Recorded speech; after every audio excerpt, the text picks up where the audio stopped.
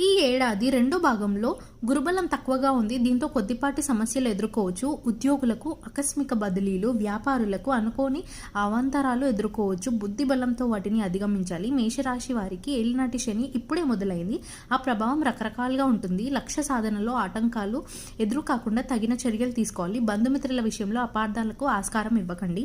ఆత్మీయులతో విభేదాలు రాకుండా చూసుకోండి. ఆరోగ్యం జాగ్రత్త. ఈ రాశిలోని విద్యార్థులు పరీక్షల్లో ఘన విజయాలు సాధిస్తారు. రాహు ఏకాదశంలో ఉన్నప్పుడు అనూహ్యమైన సంపదలు సమకూరుతాయి. పంచమ కేతువులో ఖర్చులు ఆదాయానికి మించిపోతాయి. ఇష్టదైవాన్ని స్మరించుకోవాలి. నవగ్రహ స్తోత్రాలు జపించాలి. ఈ రాశి వారికి అదృష్ట సంఖ్య వచ్చేసి 9. కలిసొచ్చే వారం ఆదివారం. రంగులు ఎరుపు, గులాబీ. అదృష్ట దైవం సూర్యుడు.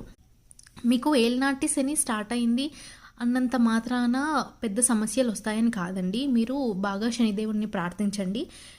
హ్యాపీగా ఉండండి, పీస్ఫుల్గా ఉండండి. మీకు అన్ని